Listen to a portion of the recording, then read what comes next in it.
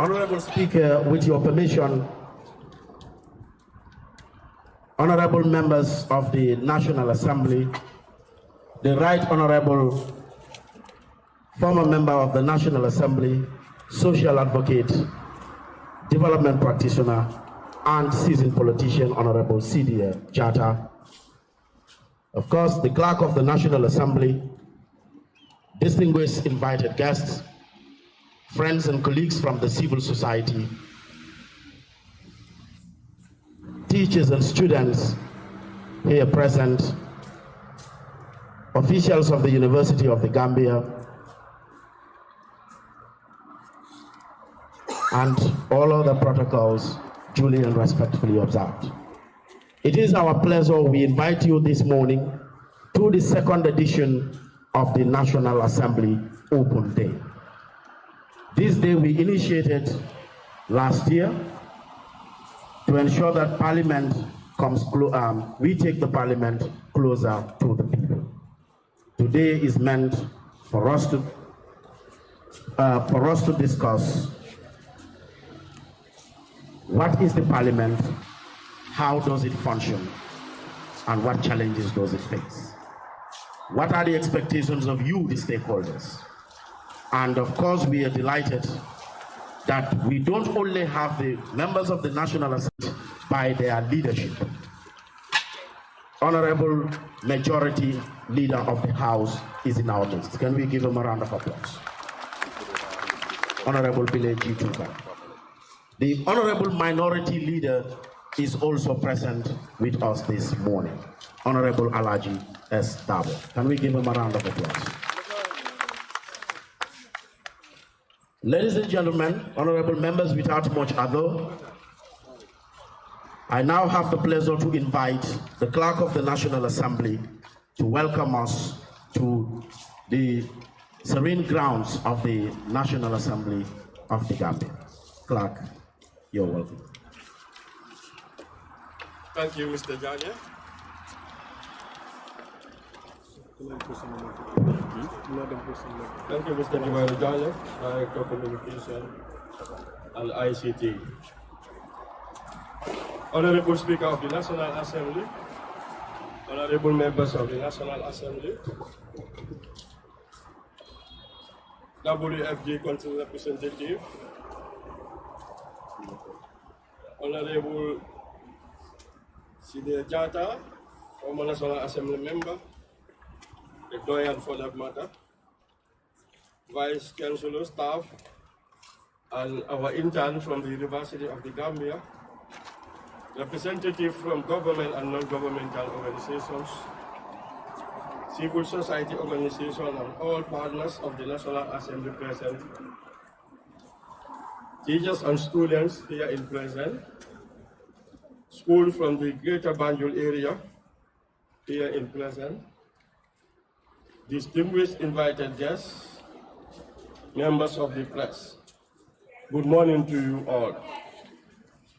Let me first welcome all honorable members of the National Assembly and distinguished guests to this very important occasion in our parliamentary calendar. It is our delight to have the company of the public and all key partners of the National Assembly to discuss unique history and role of the Parliament. As we stated during the launching of the event last year, the whole essence of this open day is to bring Parliament closer to the people. You can now add that the event is also bringing people to the Parliament. As the event unfolds, we encourage all of you here present to take advantage of the presentation, the discussion by the honorable members and staff, as well as all invited guests are prepared to engage and exploit the challenges and success of the August Assembly with the public. Honorable members, distinguished invited guests, the Open Day was initiated in partnership with the Westminster Foundation for Democracy to celebrate the work and contribution of the legislature in the lives of the Gambian. That is our electorates. The event was initiated on the heels of robust reform of the Assembly service, instituted by this administration. A day like this demonstrates the commitment of the legislature to bring a more open and accessible institution to the public, and further denotes an improvement in service delivery and promotion of citizens' engagement. As we continue to provide effective service delivery, every success is as a result of the collaborative effort of my able staff, together with the cooperation of the honorable members and technical guidance from our partners. As parliamentary staff, we are guided by the principle of impartiality and priority on legislative business. We need to innovate and adapt to new changes as parliaments evolve to effectively deliver our core mandate of serving the National Assembly members. Distinguished guests, ladies and gentlemen, while the public engagement continues, I want to take this opportunity to commend our development partners and the recital of the friends of the Parliament for their continuous support to all legislative and oversight functions. Special thanks go to the University of the Gambia for the partnership on the student internship program. Today actually marks the official completion of a 6-month internship of the first batch of 100 UTG students at the National Assembly. It was great working with you. And I hope and believe that you've learned a lot from how Parliament operates. Here is another forum. If you have any questions or any clarification, you can ask. That's the essence of this interface. We want to definitely dialogue. The internship program, supported by the UNDP, UNFPA, as part of our youth empowerment vision, was meant to expose the young intellectuals on the functions of the National Assembly. To the civil society and all other partners, we appreciate your continuous engagement of the Parliament at all levels of national development. As a result, the Open Day is a family gathering for us to reflect and reprogram ourselves towards greater achievements in this legislature, the 6th legislature. Let me, at this juncture, express our profound gratitude and appreciation to all of you for answering to our calls to be part of this public scrutiny. On that note, I welcome you once again to the 2nd edition of the National Assembly Open Day. Thank you very much for your kind attention. Thank you. Thank you very much, Clark, for that short and insightful welcome remarks, showing us that we don't only take the Parliament to the people, but we also bring the people to the Parliament. I now invite our partner, our brother, our friend. Since 2017, the Westminster Foundation for Democracy has supported institutional capacity strengthening of the National Assembly.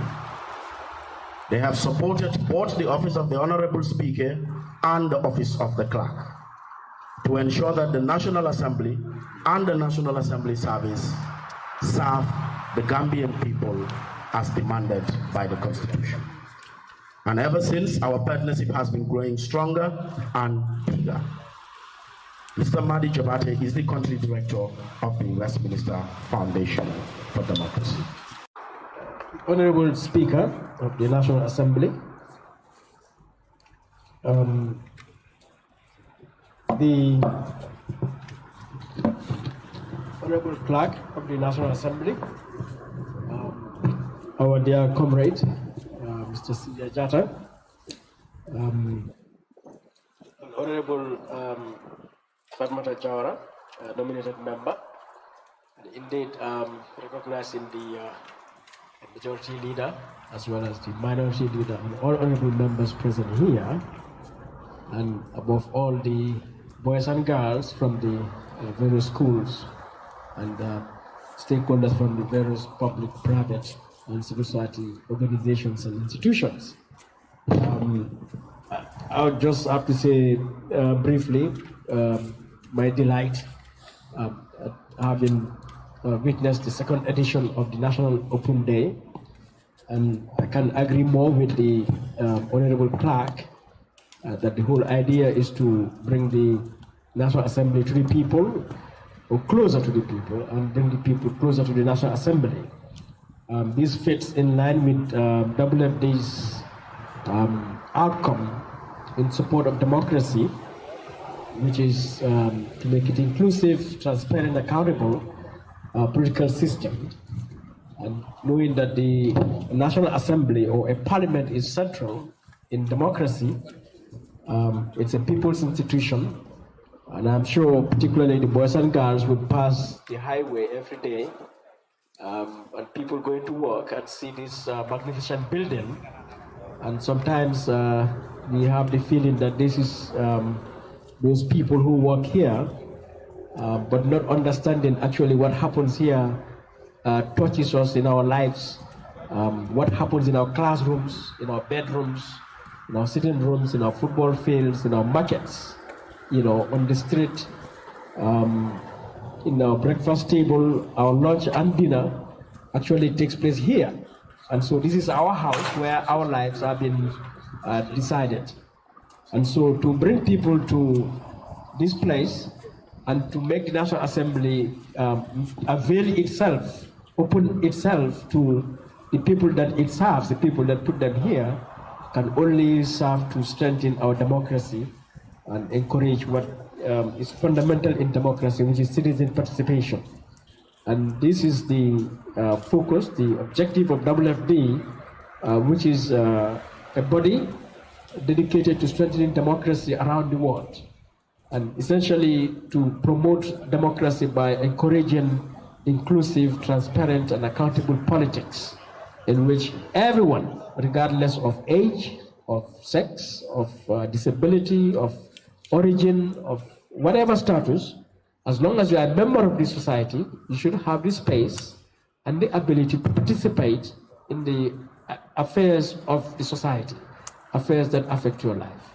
So we are glad that we have been supporting this initiative, and immensely grateful that the National Assembly leadership, from the office of the Speaker to the office of the Clerk and all the members of staff, have opened up and providing immense cooperation to WFD to enable us to join other partners and efforts that have been undertaken to continue to strengthen democracy in the Gambia. So I look forward to the conversations that will come, but just to say I'm hugely delighted to be part of this historic moment unfolding in the Gambia, having to see the National Assembly opening up itself, not in its normal processes, but in a specific occasion like this, to bring members of the public to come and visit the premises and have the Speaker and the Clerk and honorable members like Syria and Fabata Jawara and the deputies, the majority and minority leaders and others to speak to our people about what happens, how the National Assembly works, and so on. So thank you very much for coming, and we cherish this partnership and we hope it to continue. Thank you. To the people of the Gambia. Thank you very much, Mr. Jabate, once again. Is mandate assigned by the Constitution, and he is no other person than the Right Honorable Speaker of the National Assembly of the Gambia to declare the second edition of the National Assembly Open Day officially opened. Honorable Speaker, sir.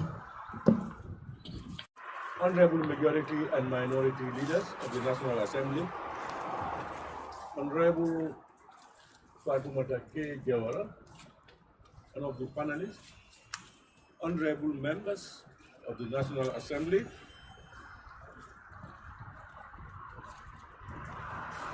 honorable representative of the Westminster Foundation for Democracy, Honorable Martin Jobate, our distinguished panelists, Honorable Sidia Diatta, representative from the University of the Gambia, clerk and staff of the National Assembly Service, our distinguished speakers, distinguished invited guests, members of the press, ladies and gentlemen. Let me first and foremost welcome all of you to the precincts of the National Assembly, where the 6th legislature is working tirelessly to be responsive and determined to make a difference in the lives of our people for the 2nd edition of the National Assembly Open Day. The goal of this day is to bring the National Assembly closer to the people and vice versa, hence create the necessary connection and build strong relationships with partners and stakeholders.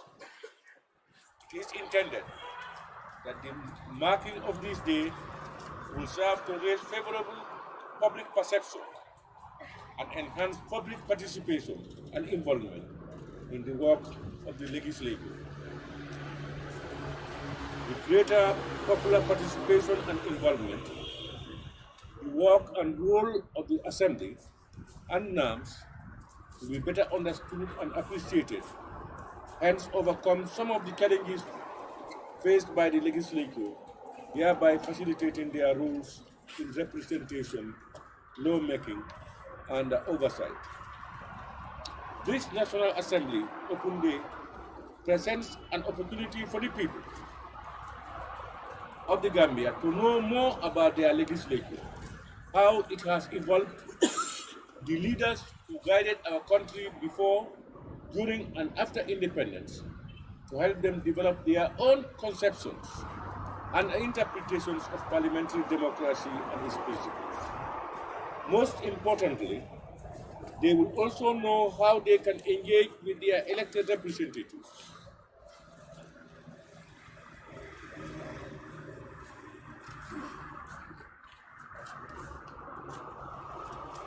And meaningfully contribute to democratic processes.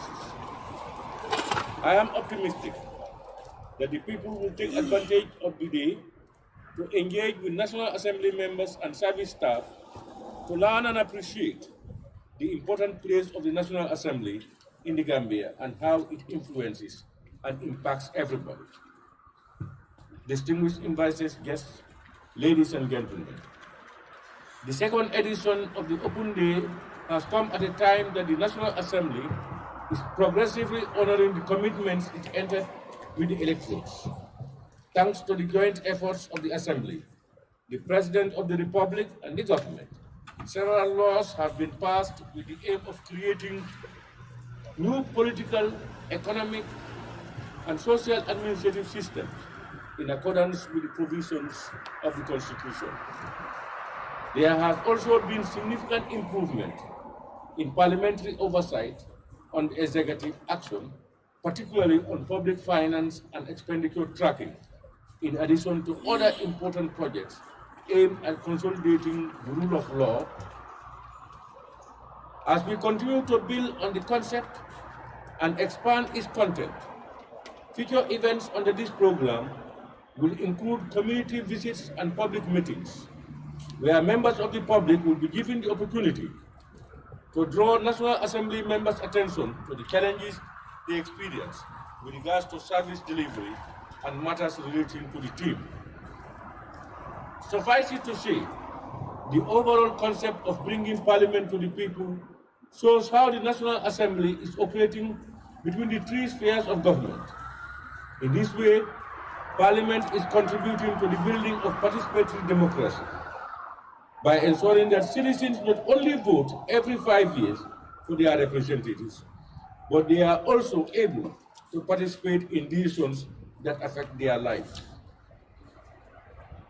I therefore urge you all to take advantage of today and clear every perception you might have about the legislature. Together we can bridge the information gap and move together as a collective to build this country.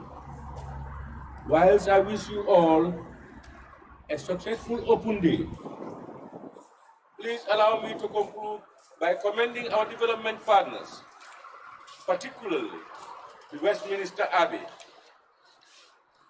the Westminster Foundation for Democracy and the United Nations Development Program for always supporting the efforts of the National Assembly to be a responsive, accountable, and a democratic legislature. I thank you all for your kind attention. Thank you. Do we expect to learn today and how we will be progressing with these activities moving forward? This brings us to the very close of the official opening of the second edition of the National Assembly Open Day. And except for Honorable CDA Jata and Honorable Fatoumata Jawara, we will now, thank you very much once again to Honorable Speaker. It is now my singular honor to invite the Right Honorable Minority Leader, Honorable Alaji Dabo, to join us at the high table. But the different characteristic is that each of them brings to the table a different perspective. Where are we as an institution? Who are we as an institution? What can we do as an institution? So I will begin the discussions with the Right Honorable Minority Leader of the House, Honorable Alaji Dabo. Honorable.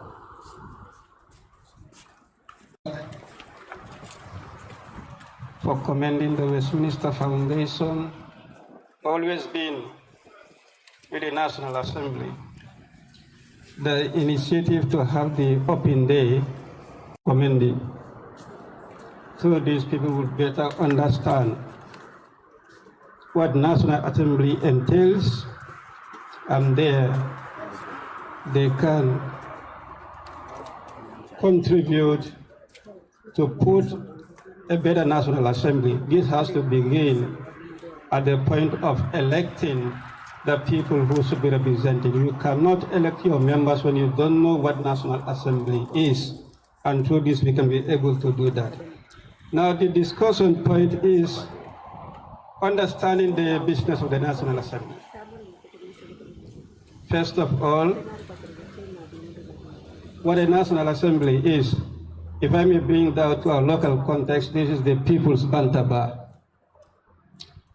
Locally, we all know what a Bantaba is, where people meet and discuss issues affecting the lives and the livelihoods of the people. It has been provided by the Constitution that the people should have voices, and their voice should be who. Not everybody should be speaking for yourself on matters of the lives and livelihoods of the people. It is through representatives. Our Constitution provides that we have demarcated constituencies where we can be represented through those constituencies. Altogether in the Gambia is 53. You are obliged to elect your representatives through the constituencies. On top of that, the President also is empowered to nominate 5 representing different groups or different interest groups.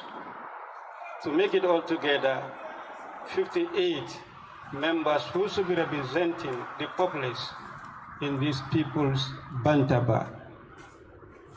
Having known that, what are the functions and roles? One is, this is People's Bantaba, but not everybody can come to this Bantaba, and therefore you should be represented. Their key fundamental role is representation.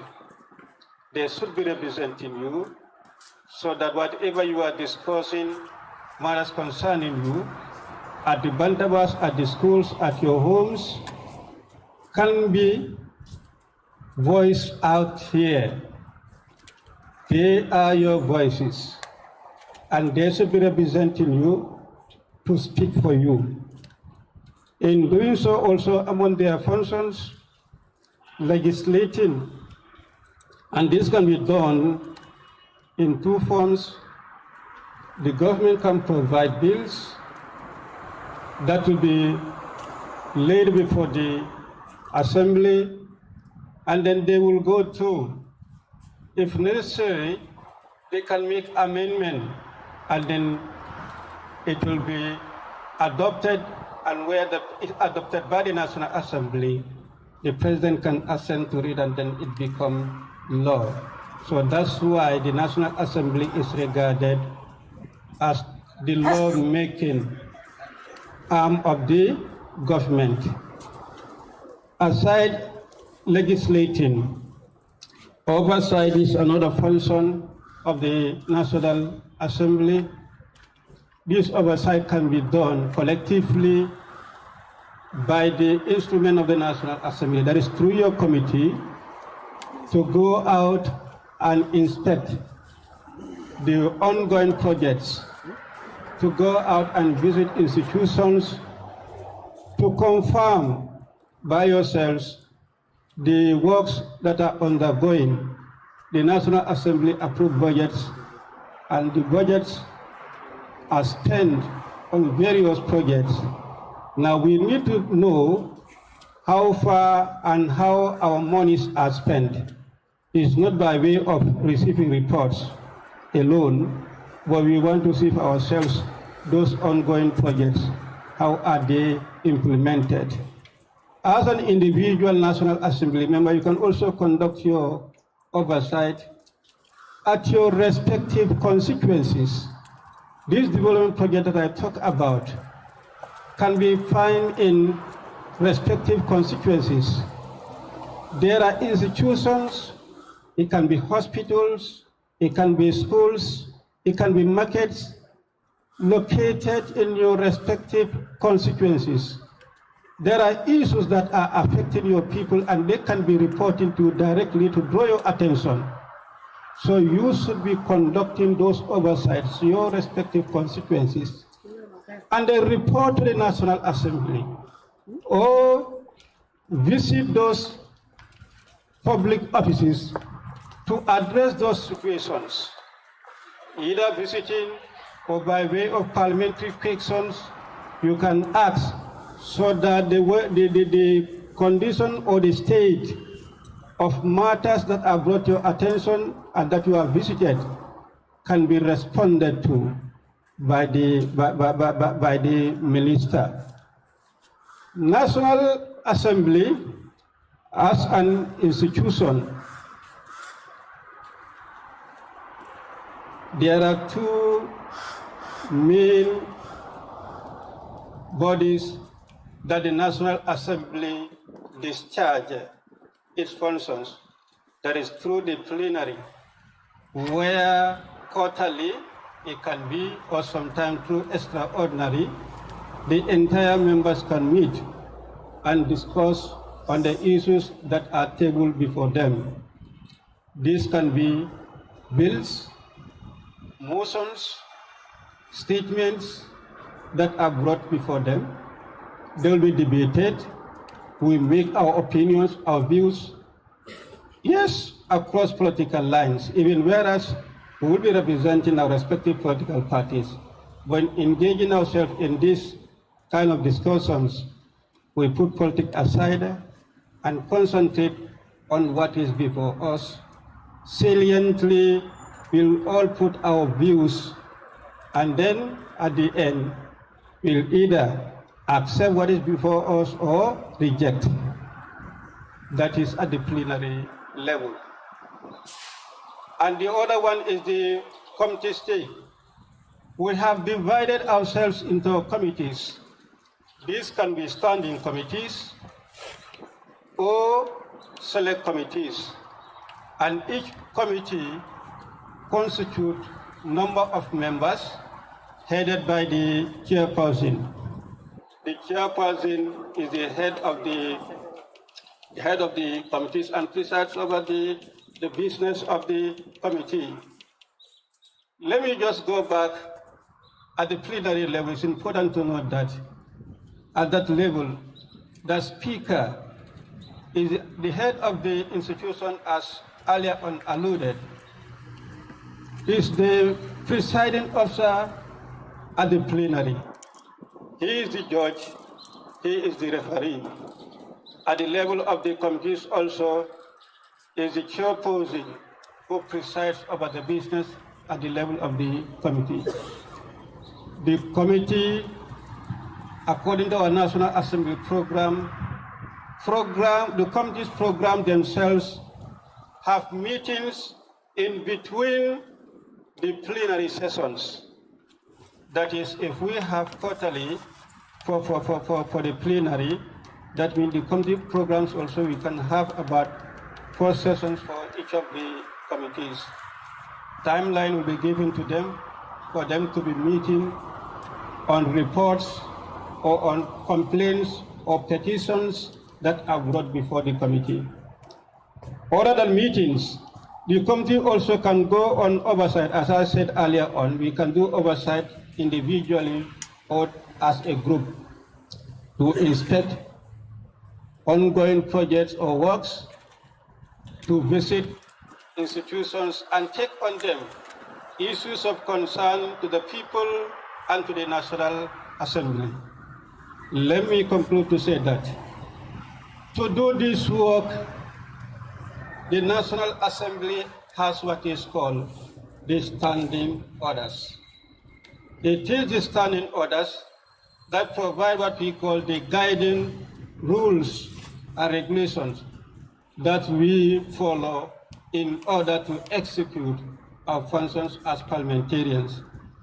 This is why many a time people will say anything that happens, even a second, they will say the National Assembly has to do this. What is the National Assembly doing? Or the National Assembly is not doing. It is not within a twinkle of an eye that the National Assembly can act on anything that happens. We are guided by the standing orders, and as I said, we have time when the plenary is supposed to meet. We have time when the committee is supposed to meet. We have time when the committee is supposed to meet. When those times are not due, you cannot expect the National Assembly to be acting on issues immediately as they unfold. Let me say, my name is Alhaji Azdaw. My attention has been drawn to as the minority leader of the National Assembly. When we talk about the minority leader, is the one that heads the minority group in the National Assembly. What constitutes the minority group are the opposition side of the National Assembly. My colleague will also talk about his side. So we have 2 sides in the National Assembly. The majority side, that's from the government side, and then the minority side from the opposition camp.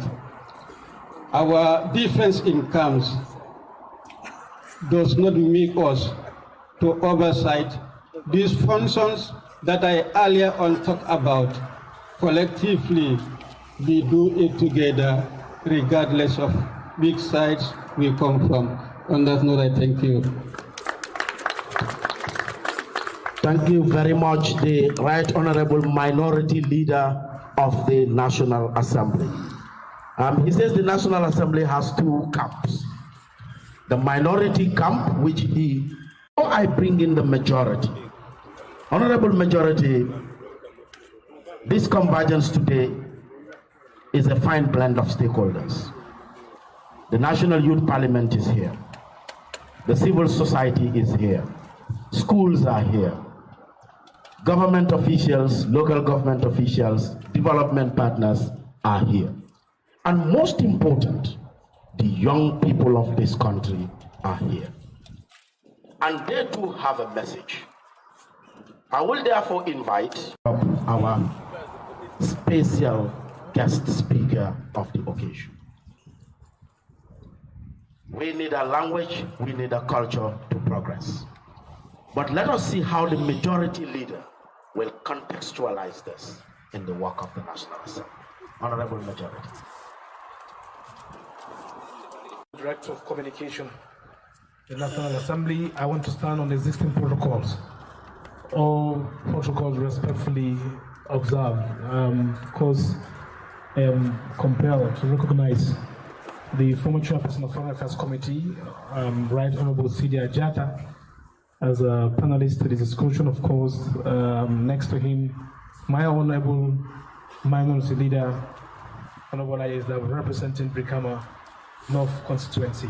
On my far right, I want to recognize the presence of an Iron Lady, Honorable Fatimata Jawara, member of National Assembly in the Gambian 6th Legislature. Permit me to recognize the presence of the country director of Westminster Foundation for Democracy and Good Governance, and thank him so much for creating this avenue for us to have a tete-a-tete with the lectorates from different sectors, ranging from schools, university, politicians alike, the youth parliaments, and a host of many others. The job given to me has been really been eased by the submission of the minority leader. Of course, there may be semblance repetition of what he has said, because ideally it's the same topic. So you expect a replica, or sort of like a replication of what has been presented before you earlier on. However, I want to take you memory lane. When you see Parliament, what comes to your mind? And how do you perceive Parliament? And why do we have Parliament? The reason for its existence as well is very important. I want to take you down to memory lane, that this wall used to live, or we had experienced, a situation called state of nature. State of nature is an era whereby man was free, but everywhere in chain. It is survival of the fittest. It is the strongest conquer the weak. It is lawlessness. It's called for anarchy. So generations were really going through that, and there is a compromise, a thought that this is not a decent way of life. We need to sit down and compromise and come as people, think differently, but of course, agree to a certain point. Then they enter into what we call social contracts. That is to submit your powers, resources to people to be in charge of your affairs. And that's why the beginning of government starts, to give some people to be in charge of helm of leadership, to make sure your lives, your property, your fundamental values are protected. And that is why a state exists. Having said that, then people also think that, of course, we need to have our say on how we shall be governed. And that is premised on the preamble of the Constitution. I will refer you to go and look at the 1997 Constitution. The preamble page did elaborately spell out that we, the people of Gambia, have had our say on how we should be governed. In the sense that it's a pillar for democracy, it's a pillar for inclusiveness in decision making. And that is why Section 87 of the 1997 Constitution did provide for the establishment of the National Assembly, for us to have a National Assembly that will be in charge of conducting sort of an oversight of government. And this parliament also was also born on the premise of there is no taxation without representation. That government cannot come and tax our people without having people there to stand for us, to make sure that they monitor, to make sure they follow each and every penny how it's spent. And that is why representation comes in terms of as far as parliament is concerned. So for us to have members of parliament, it is born out of a social contract that we are going to give some people the priority or the legitimacy to govern us. But of course, in the other side is a give and take. We'll also have a branch of government, or a branch of, an arm of government, whereby our people will be there for us as watchdog to make sure that value for money is attained. It's not only by giving resources to government to spend, but of course, there has to be a referee, there has to be a watchdog, there has to be a watchman over the expenditures of government. And that brings us to the establishment of government. And any democracy you go, any country, parliament represents a very important role in democracy. Parliament represents democracy itself. If there is no parliament in any country, there's no democracy. You are aware, contemporary students are aware that in Bissau, there is no parliament. The parliament has been dissolved. It means democracy is really challenged, or democracy is not in existence in that country. So parliament play a pivotal role in terms of democracy in a country. As he alluded, the right honourable minority leader, we have functions of parliament. You might be confronted in your classrooms, you might be confronted in your banter bus, you might be confronted in a symposium. What is the role of parliament? Of course, we have 3 to 4 fundamental roles to play. First is legislation. Why legislation? Because we believe that there need to be a rule of the game. There need to be policies, regulation, acts that will make sure we live in peace and harmony, and also guide our existence as human beings, for us to respect each other, for us to also appreciate that you being powerful does not give you the reserve right to oppress the weak. So we need to create that avenue.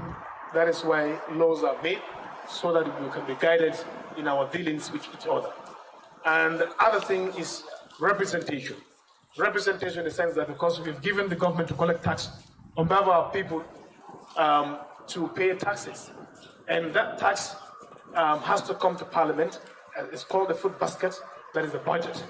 The Parliament is charged with responsibility to make sure that we allocate resources based on sectors of the economy into line ministries. Portfolio ministries are designed. Each ministry you've seen is not for pleasure. Each ministry is established to address a certain menace in the society, be it in the health sector, be it agri sector, be it environment, be it education, be it whatever, you see. Every ministry does not really come from the blues. Every ministry has been scrutinized, has been examined, and fit for purpose to address a particular issue, in society. And Parliament is charged with responsibility to allocate the resources to these sectors of the society. That is why the issue of representation comes. We make sure we represent you here and share those resources adequately. And the issue of course, oversight comes in there. And representatives only aims at only giving budget. We also need to put your cry, your concerns, because not everybody can fit in these hollow chambers. We have only 58 chairs there. And it means that we have 58 constituents in this country. It means that there should be 58 members representing about 2 million population. So therefore, all of you cannot come here to deliberate, to air out your concerns. That is where you have members of Parliament to come and interact with the public, interact with you to know what we are going through. And if government is coming with a policy, we make sure that the policy is really having that correlation. It really has the nexus addressing certain issues in society. That is why we come here and advocate during adjournment debates. We air out our concern, we air out that the issue of electricity, issue of water, issue of poor road network, issue of networks, issue of a high tariff rate of megabytes, issue of anything.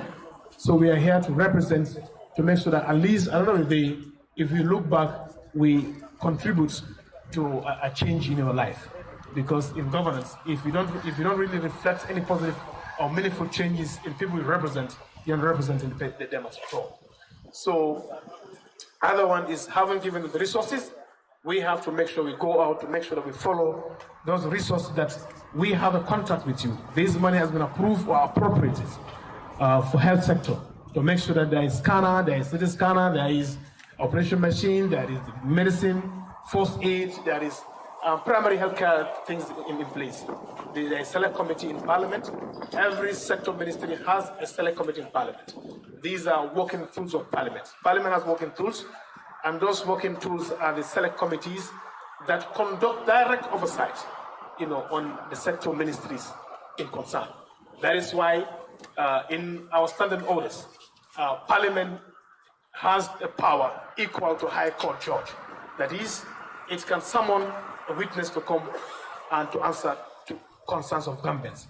And if you negate, there are consequences of that. They can hold you in contempt. It shows you how powerful Parliament is. That shows you what Parliament can do. And to tell you also, we have those tools. So oversight functions, we normally conduct it with the help of our working tools. And working tools in Parliament are the committees.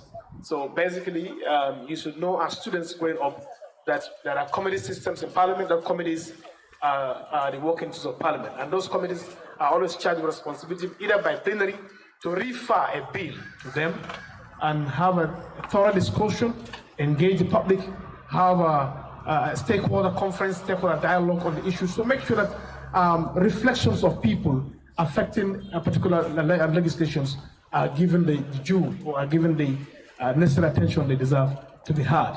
So basically, these are businesses in Parliament. To cut it short, I don't want to replicate or try to repeat what has been earlier alluded. The program is really lump-sum, and I will draw the curtain here that Parliament is an interesting setup, and the committees we have for. So these are three core members of Parliament: representation, oversight, and of course, making legislation as well. That is making law in the country. And finally, of course, internal arrangement of Parliament. Probably I wouldn't bore you that to make it so technical. These are our internal arrangements, powers vis-a-vis committees here and there. But initially, laws are made in two folds. One, it can come from government, and two, it can come from the members themselves, who feel that there is certain things that I can do it through a private member's bill. You have the reserve rights that you can come up with a private member bill, and you make sure you pass through a process. The bills are passed in stages. Stages one is the first reading, you have the second reading, and you have the third reading. The first reading is whereby the minister will come up with a bill to hand it over to the clerk. It has been deemed to be read the first time. Second reading is whereby you now present the bill, the objects, the merits and principles of the bill. That is, why do we need this bill? You must convince members of Parliament, beyond reasonable doubt, that this bill is fit for purpose.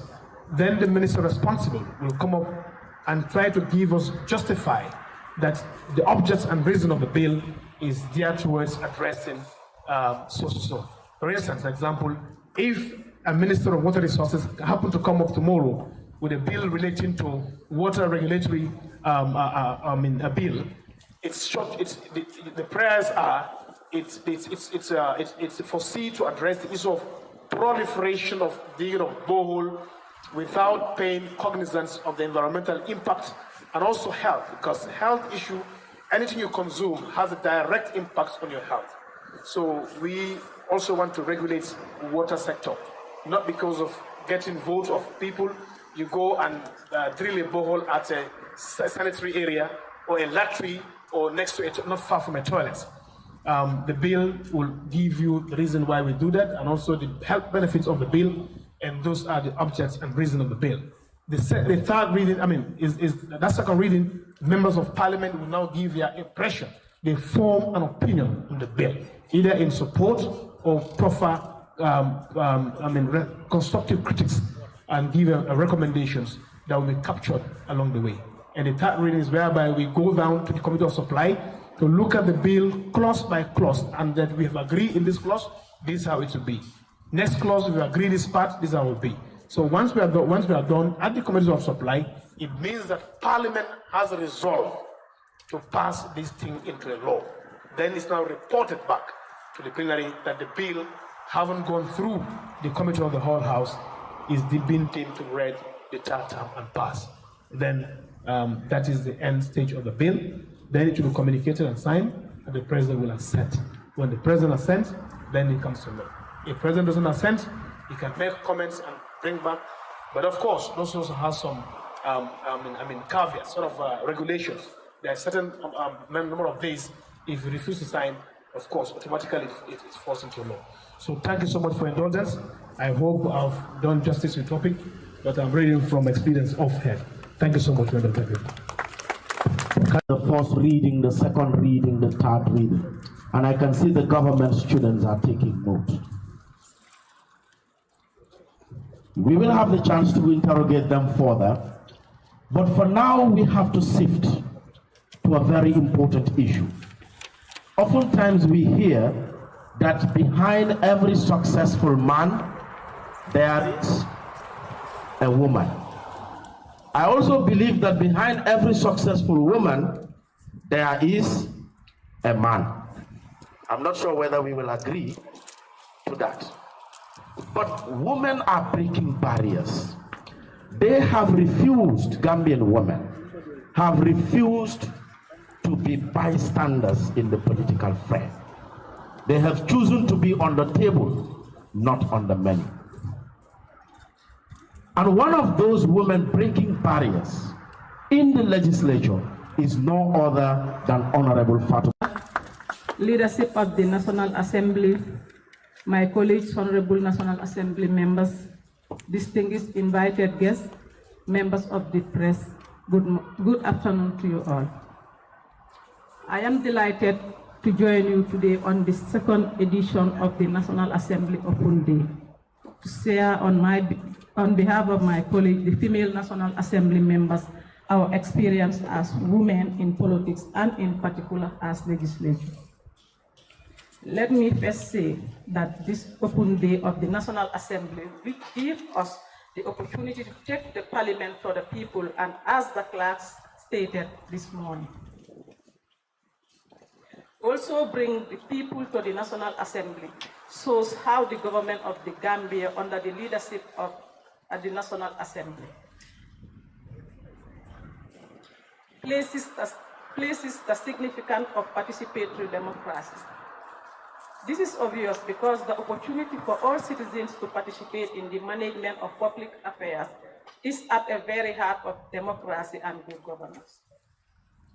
Having said that, it is important to note that the achievement of democracy as started by the Interparliamentary Union presupposes a genuine partnership between men and women in the conduct of the affairs of society in which they work in equality and complementarity, drawing mutual enrichment from their differences. It is in conviction of this reality that I enter politics as a young woman, aware that the right of the Gambian people cannot be negotiated. I enter the rank of political compatriot at a time many fears could even have their voice heard. I did so because I believe in democracy. I believe in democracy. I believe that Gambians deserve a society where they will live in freedom and dignity and have access to quality social service and development amenities. Besides, I believe that women as mothers are given the charges of the home and care of children. Women are therefore by nature as well as by training and occupation more accustomed than men to concentrate their minds on the home and domestic side of things. But this difference between men and women, instead of being a reason against their disfranchisement, seems to be a strongest possible reason in favor of it. We want to see the home and the domestic side of things to count for more in politics and in the administration of public affairs than they do at present. In politics as a woman, it has not been a roller coaster. I lack the necessary resources and networks as my fellow counterparts. But with perseverance and determination, I weather the storm and conquer the barriers. In the process, I faced the full brunt of political brutality. I was arrested and subjected to inhuman and degrading treatment. But this strengthened my conviction, and having experienced firsthand the excesses of power, I became even more convinced that change is possible and the democracy that the Gambian people here for will become a reality sooner or later. In 2017 parliamentary, I was among only 3 female candidates who contested and won the parliamentary election. The other 2 being Honorable Fatoumata Njie and Honorable Kadi Kamara. In the last parliamentary election, although I lost the contest, the president, realizing that the development agenda of this country cannot be moved forward without the active and inclusive participation of women, particularly in the legislature, nominated me as one of the 2 female nominated members to the National Assembly to bring back to the House my experience and knowledge. and skills gathered in the previous legislature. Since 2017 to date, I continue to work closely with women of the Gambia to promote the agenda of women empowerment, support social network for women to acquire the necessary tools to participate in politics and decision making. And above all, I am still standing firm to the democratic agenda engendered by the leadership of our country. In my constituency, Talinding, I continue to work, support girls and vulnerable women, have access to critical service, and improve the general well-being of the people. Despite our decimal number in the House, we prove beyond all reasonable doubt that women's presence in the Parliament is a reality that impacts on the social, political, economic fabric of our country.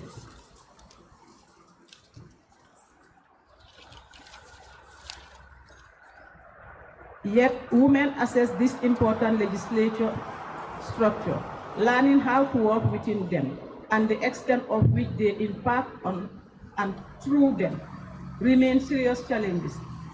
It is critical for the sake of ensuring fully functional democratic institutions, the total respect for the human rights of all, that these challenges be targeted and overcome.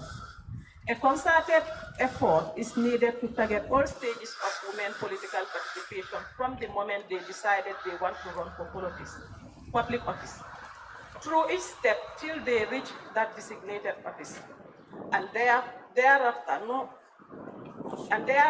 to ensure that as members of Parliament, they have the means and needed resources to impact positively and constructively on the advancement of their nation. Furthermore, it is notorious fact that even though women form the majority of the population in most of our countries, they continue to be marginally represented at all levels of decision making. Women also continue to be the worst inflicted by poverty and high literacy level. It is also unfortunate that women experience several other forms of violence, including battery, sexual abuse and exploitation, and rape. The defilement, to mention but a few. This state of affairs is not acceptable, and legislatures should not lay back and adopt the indifferent attitude. We must continue to speak against this injustice. This meeting must too add its voice to this fight. With this few remarks, I thank you all. Thank you very much, Right Honorable Fatoumata Jawara. I think she has thrown up a challenge that women should not be left only in the home. They should be taking part in our decision-making process.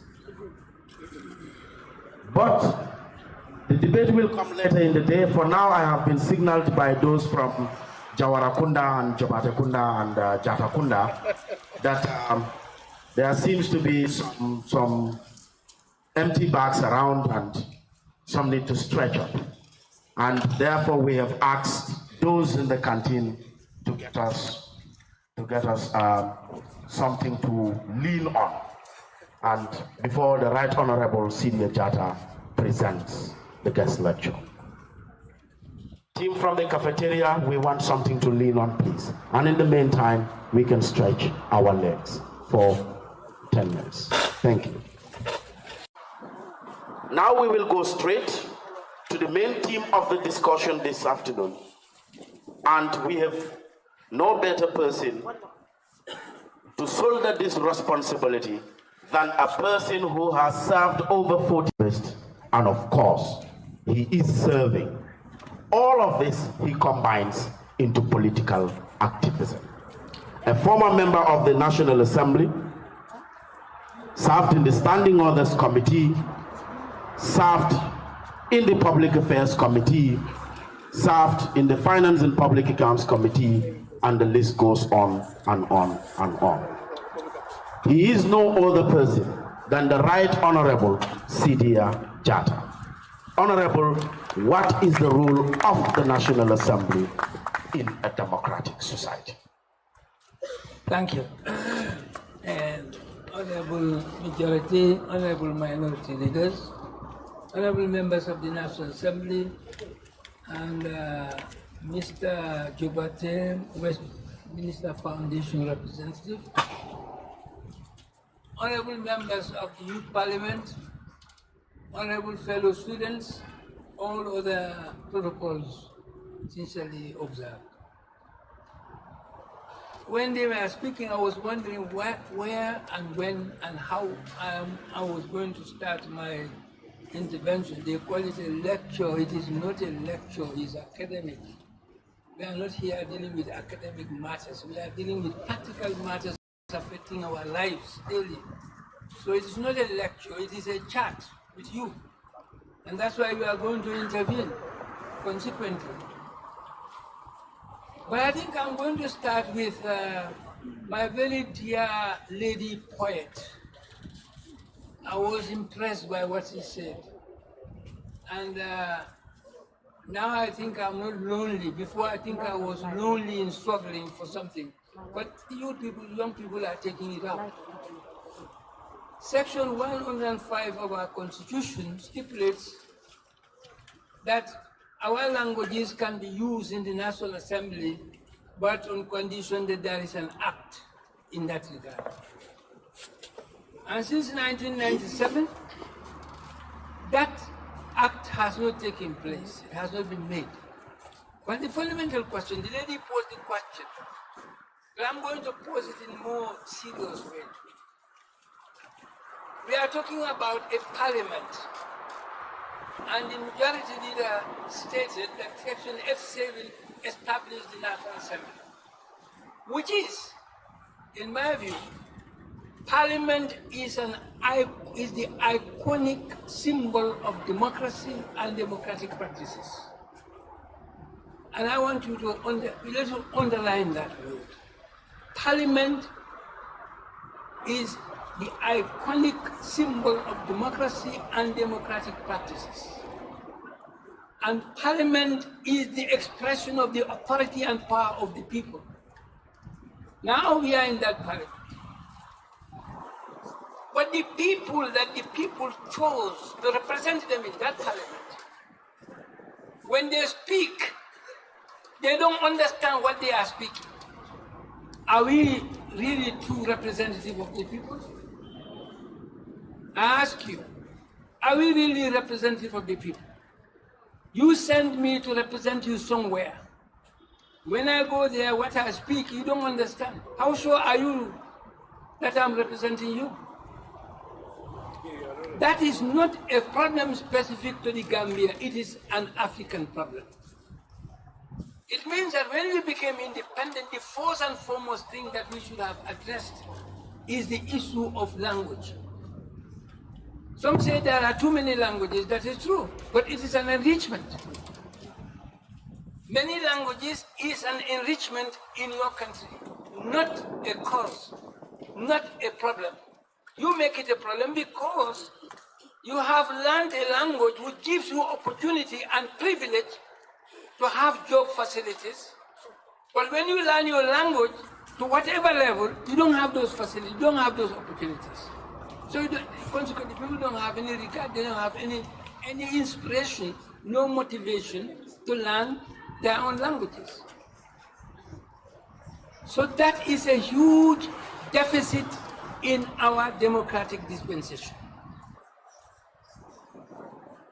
Secondly, like he said, Section 100 of the Constitution stipulates that Parliament is the legislative institution.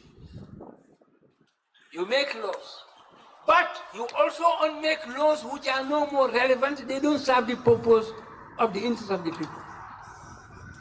Now, Section 18 of our Constitution stipulates that 10 years after having come into force the Constitution, we should subject to consideration the issue of death penalty.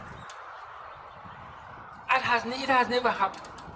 So death penalty is still hanging in our laws. That is a huge deficit. Section 92 of the Constitution stipulates that you have power to recall your representatives when they are found wanting. But there has to be an act to that effect. In 1997, I posed the issue. And some of my colleagues at the time said, do you want us to take a knife and cut our own throats? So that act also has not been made, which means that the people don't have any power to recall the very people they choose to represent them, even where they find them wanting. That is also a huge deficit in our democratic dispensation.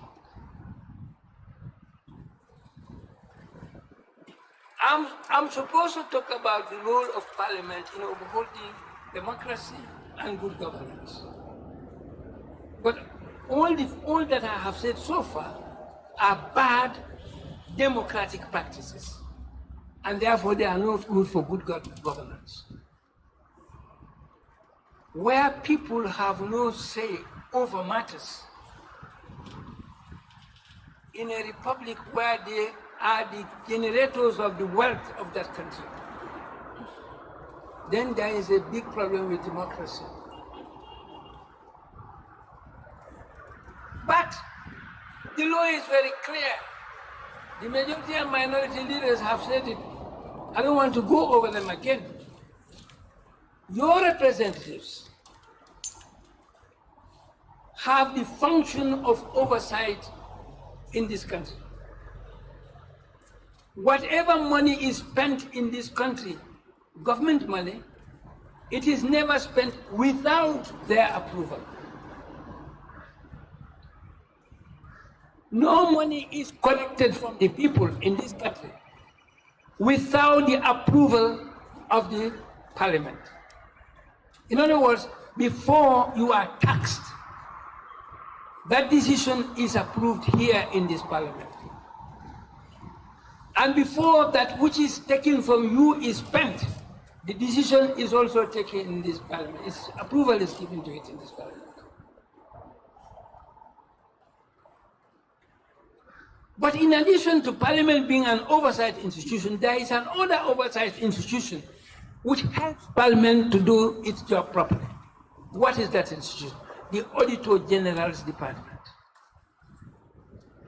Yes, budgets are approved here, they are allocated to different sectors, and they spend it in the course of a year, but that institution comes and audits everything that they have expended.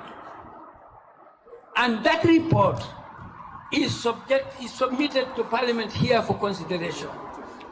That gives possibility to Parliament to know exactly what has happened. And in doing that, they are exercising their oversight function.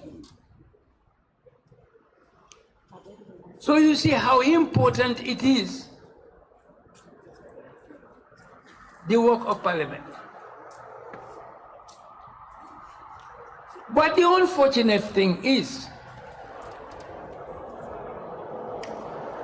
sometimes government does things without bringing them to Parliament for consideration, which are very important. That's what policy.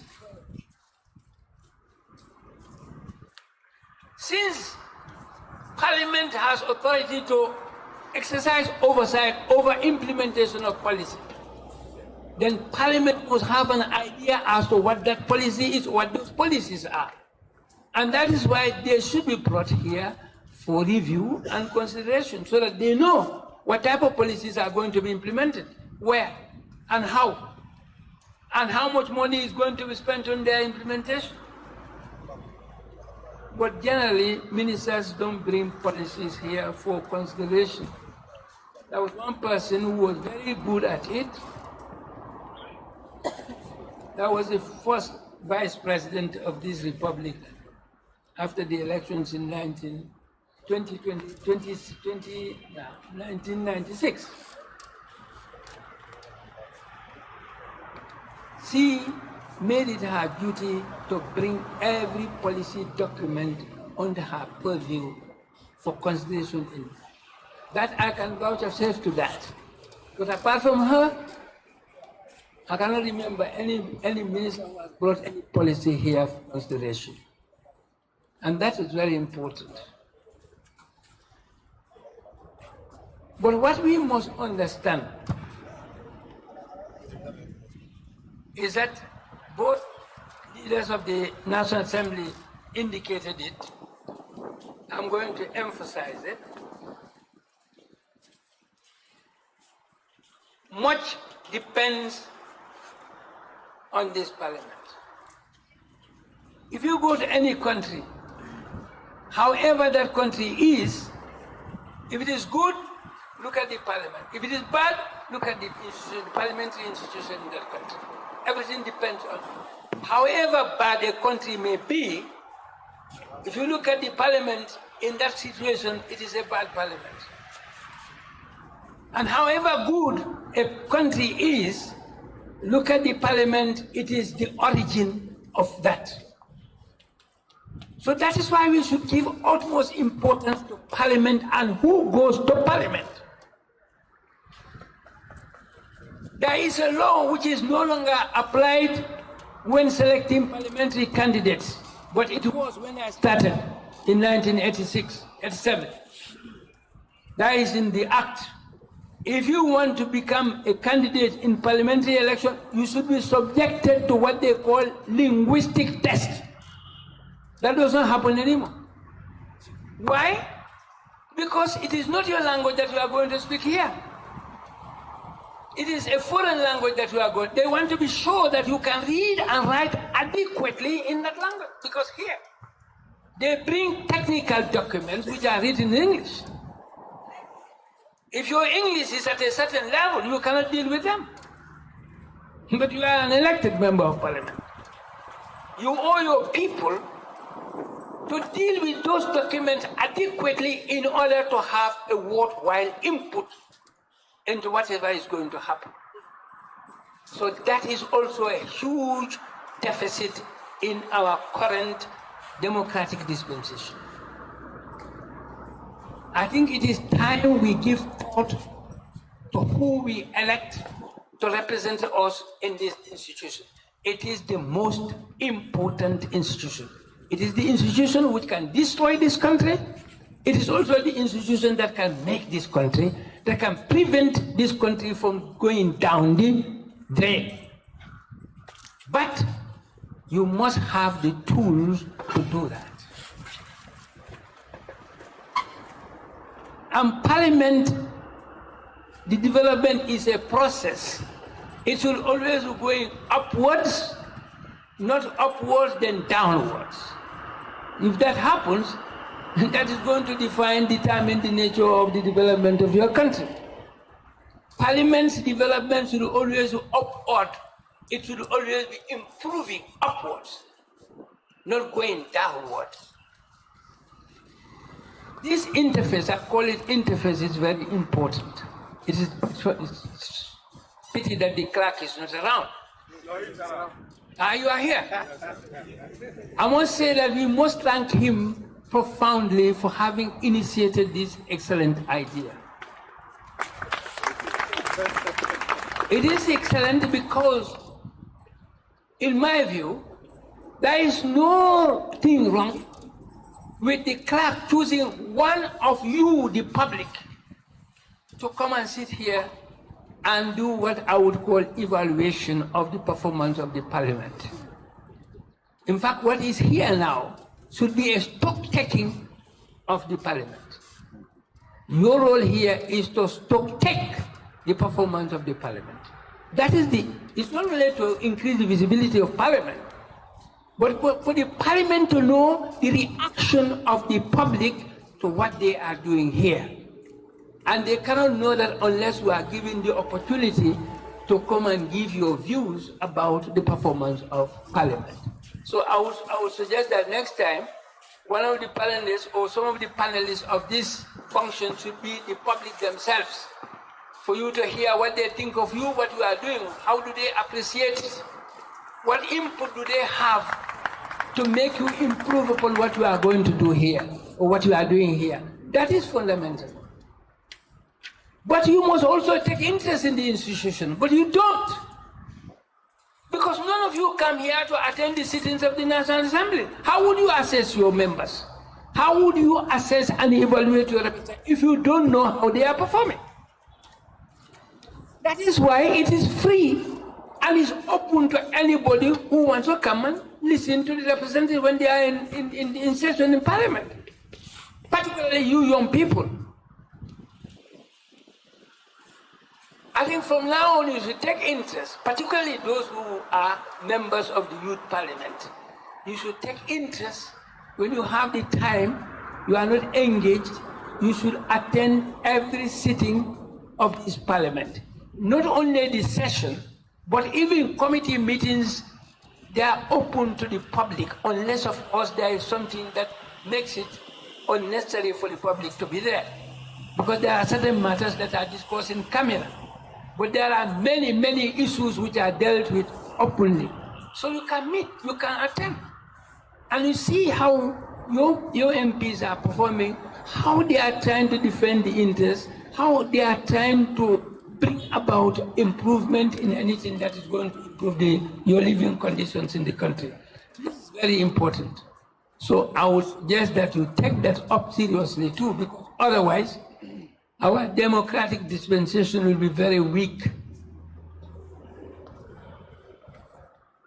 Youth Parliament has a lot to learn from this Parliament, but you can only learn from them to come and see them at work at all times.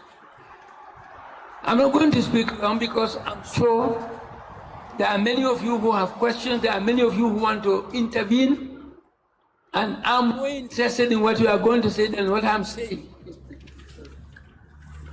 And I would be disappointed if, at the end of it, you don't do what I'm expecting you to do. Because it is you who are the leaders of today and the leaders of tomorrow. And the future depends on what you are doing today.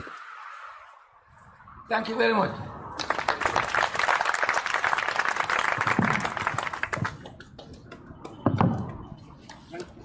Fatima Alassane to deliver a point.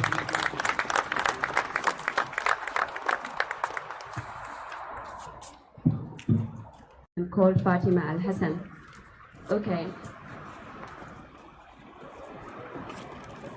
Hence, we are all politicians today.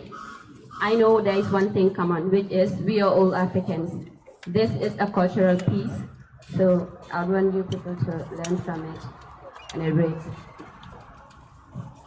Mam set cinema si ay gént wax ma li ci kàllaamay Kocc Barma kuy dem ba xamatu fi nga jëm dellul fi nga jógee fi nga yaroo fiñ la xamee kon nañu dellu fu jàmm doonee suñu naataange parce que ku bañ li nga doon dafa fekk nga gën si ñaaw te ku bàyyi sa aada boo dem fekk fa borom. But wait a minute, what a world do we live in? An African speaking English like British learning French, Spanish, and Portuguese but unable to send a mere information in our special languages? No, wait. An African using chemicals on their skin, spoiling the melanin, forgetting that he who knows the importance of color shall cover it with green leaves. But if it's true that man can't live without water, then we Africans can't live without our cultures.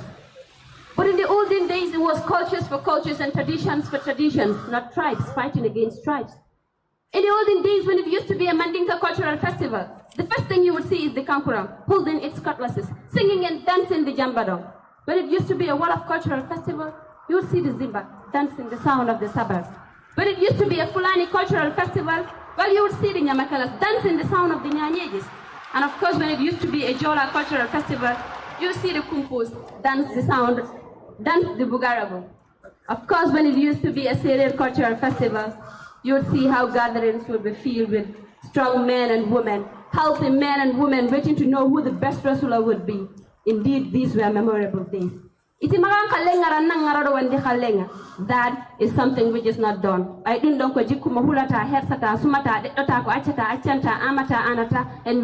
we Africans shouldn't be known for that. Dear Africans, this is a message. Let us take that which belongs to us and leave Sambas for Samba. Thank you.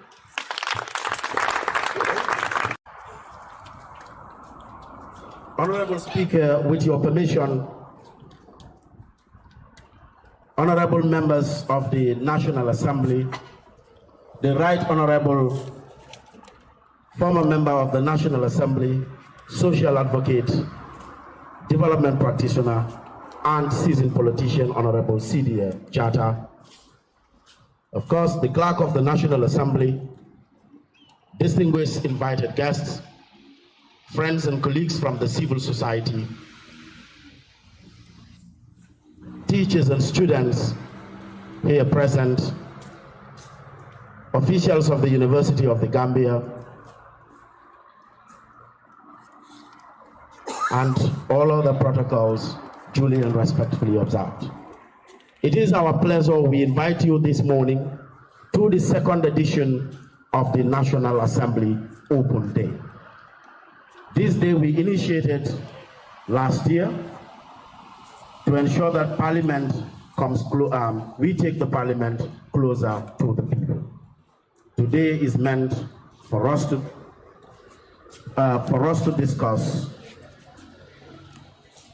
what is the Parliament, how does it function, and what challenges does it face? What are the expectations of you, the stakeholders? And of course, we are delighted that we don't only have the members of the National Assembly